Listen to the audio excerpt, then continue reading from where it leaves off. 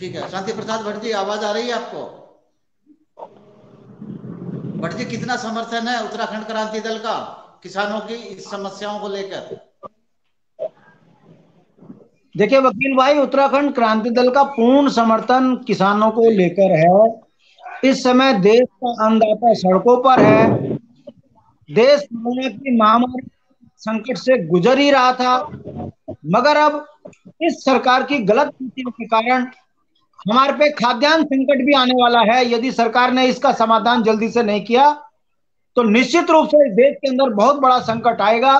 Corona की महामारी में जिस तरीके से लॉकडाउन में जनता घरों में बंद थी, यदि हमारा यह अन्नदाता हमको अन्न ना देता तो इस देश के अंदर बहुत बड़ी महामारी भूखमरी की आ जाती। ऐसे में इस कोरोना की महामारी में ना तो देश के अंदर कोई संकट था, ये अध्यादेश लाकर अचानक किसानों का गला घोटने का काम इस सरकार ने क्यों किया? और जो किसान मांग कर रहे हैं, सरकार बताए तो कि इस देश के अंदर 20% ऐसा किसान है जिसके पास 1 इंच खेती नहीं है, वो दूसरों को खेत में काम करके रोटी कमाता है।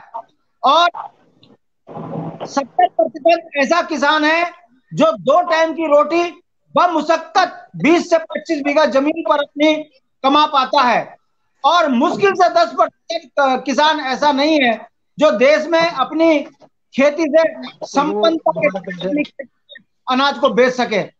ऐसे में सरकार ये कहती है कि हमने खुला बाजार कर दिया, आप जो है कहीं भी अपना अन्न बेच सकते हो।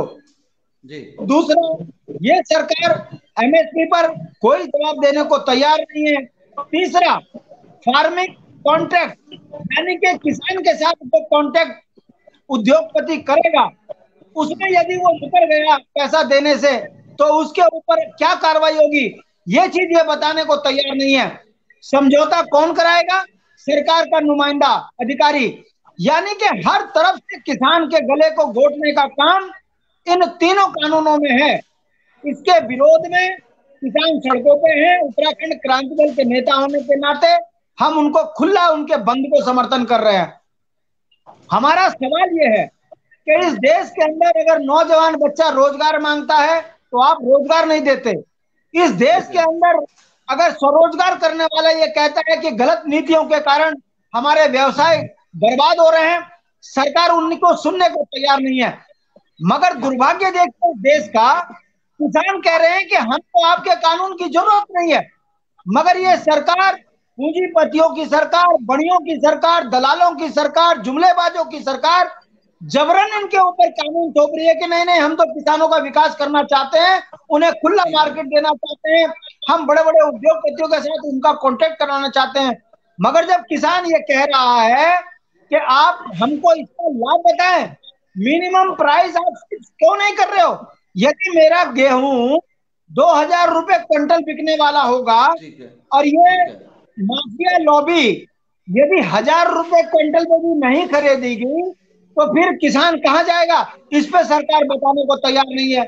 सरकार ये बताने को तैयार नहीं है कि यदि एक गेहूं के 1 क्विंटल की कीमत 2,000 है, यदि वो किसी ने 1,900 रुपए में खरीदा तो उस उद्योगपति ठीक है के खिलाफ भट्ट जी। कार्रवाई हो भट्ट जी। जाएगी, मुकदमा हो जाएगा। भट्ट जी, सरकार सवाल ये सवाल भट्ट जी। हमारा ये भट्ट जी। काम है, तो यही काम कांग्रेस ने किया, यही काम ठीक है भाजपा भट्ट ने जी।